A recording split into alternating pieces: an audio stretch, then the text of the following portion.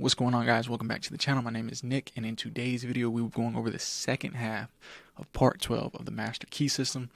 And as always, we're reading out of a nice tiny little book, Master Key System by Charles F. Hannell. And as you guys know, in every video we're going to go over questions and answers, so stay towards the end of the video and we're going to go over the answers. But these are the questions that we will be learning today in this reading. So what are we going to learn? What is the principle which gives thought its dynamic power? Why is this law irresistible? Why then does it sometimes seem to be difficult to find the solution to our problems in life? Why is it impossible for the mind to grasp an entirely new idea?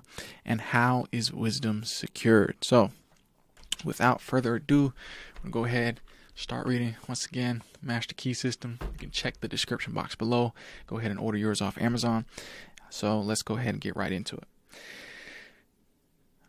Alright, all of these perversions have their temporary satisfaction and for some keen fascination, but there is an infinitely greater fascination in a true understanding of the world of power within, a power which increases with use. It's permanent instead of fleeing, which not only is potent as a remedial agency to bring about the remedy for past error or results of wrong thinking, but is a prophylactic agency protecting us from all manner and form of danger, and finally is an actual creative force with which we can build new conditions and new environment.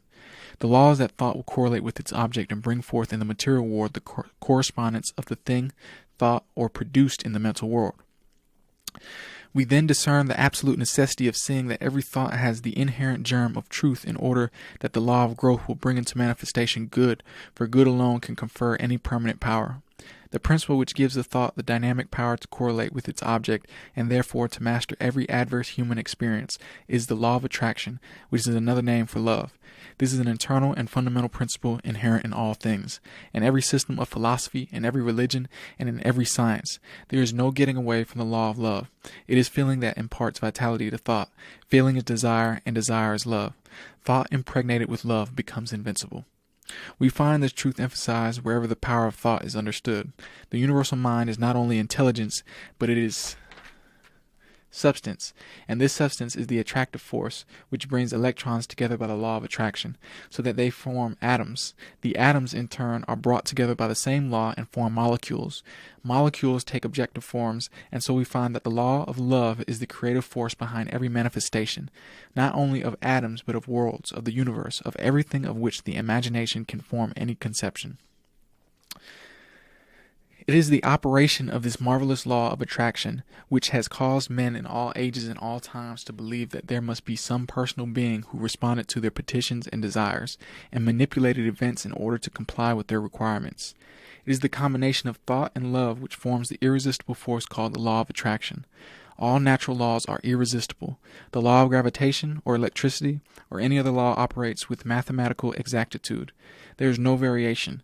It is only the channel of distribution which may be imperfect. If a bridge falls, we do not attribute the collapse to any variation of the law of gravitation. If a light fails us, we do not conclude that the laws governing electricity cannot be depended upon. And if the law of attraction seems to be imperfectly demonstrated by an inexperienced or uninformed person, we are not to conclude that the greatest and most infallible law upon which the entire system of creation depends has been suspended.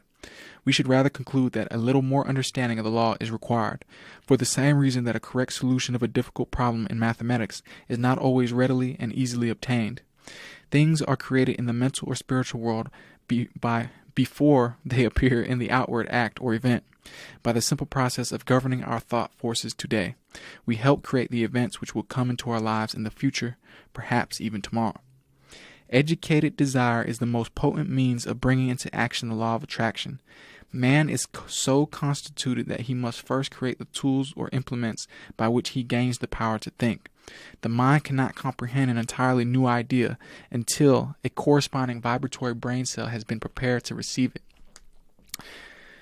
This explains why it is so difficult for us to receive or appreciate an entirely new idea. We have no brain cell capable of receiving it. We are therefore incredulous. We do not believe it. If, therefore, you have not been familiar with the omnipotence of the law of attraction and the scientific method by which it can be put into operation, or if you have not been familiar with the unlimited possibilities which it opens to those who are unable to take advantage of the resources it offers, begin now and create the necessary brain cells which will enable you to comprehend the unlimited powers which may be yours by cooperating with natural law. This is done by concentration or attention. The intention governs the attention. One more time. The intention governs the attention. Power comes through repose. It is by concentration that deep thoughts, wise speech, and all forces of high potentiality are accomplished. It is in the silence that you get into touch with the omnipotent power of the subconscious mind, from which all power is evolved. He who desires wisdom, power, or permanent success of any kind will find it only within. It is an unfoldment. The unthinking may conclude that the silence is very simple and easily attained, but it should be remembered that only in absolute silence may one come into contact with divinity itself, may learn of the unchangeable law, and open for himself the channels by which persistent practice and concentration lead to perfection. This week, go into the same room, take the same chair, the same position as previously. Be sure to relax, let go, both mentally and physically. Always do this. Never try to do any mental work under pressure. See that there are no tense muscles or nerves, that you are entirely comfortable. Now realize your unity with omnipotence. Get into touch with this power. Come into a deep and vital understanding, appreciation, and realization of the fact that your ability to think is your ability to act upon the universal mind and bring it into manifestation. Realize that it will meet any and every requirement, that you have exactly the same potential ability which any individual ever did, have, or ever will have, because each is but an expression or manifestation of the one. All are parts of the whole. There is no difference in kind or quality, the only difference being one of degree. Thought cannot conceive of anything that may not be brought to expression. He who first uttered it may be only the suggester, but the doer will appear. Wilson. All right, guys, so that was the end of the second half of part 12. So let's go ahead and go right into the answers to the questions. So, what is the principle which gives thought its dynamic power?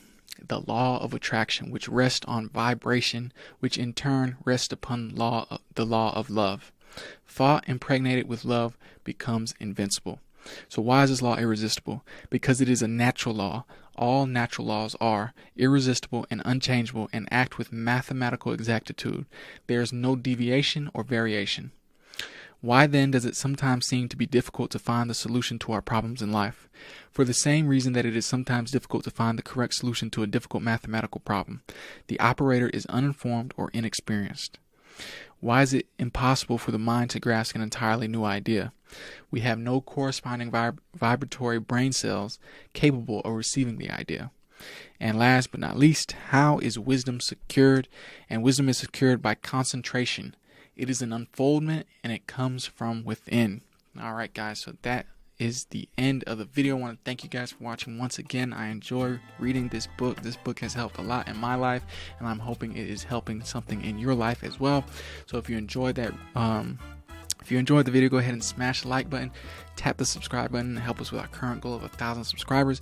And if you have any questions, you can go ahead and email me directly at info@tycoontalk.xyz. We can go ahead and discuss this more in depth, or you can leave a comment section comment in the comment section below, and other people can comment with you, and we can just have a great discussion down there as well. Either or works for me. And let me know any topics you'd like me to go more in depth about and cover, maybe something in here that you'd like me to talk about, give my opinion more on. Leave that in the comment section below as well. And all of my links are in the description box below, all the social media, online store, everything in between. You can find that in the description box below. And if you like this video, go ahead and check out the other videos on my channel where I talk about how to make money with cryptocurrency, passive income. Really easy, guys. As soon as you get over that learning curve, it is easy. You set it and forget it. How to fix your own credit, the financial markets, more consciousness stuff. A bunch of cool stuff over there on the channel. Go ahead and check that out. Everything is organized in the playlist section, so you can go ahead and click whichever one crypto, credit, consciousness, whichever one you want to check out. Go ahead, head on over there and check that out. And as always, guys, I want to thank you once again, and I'm sending infinite abundance to you now and forever, and I will see you guys again tomorrow. Peace.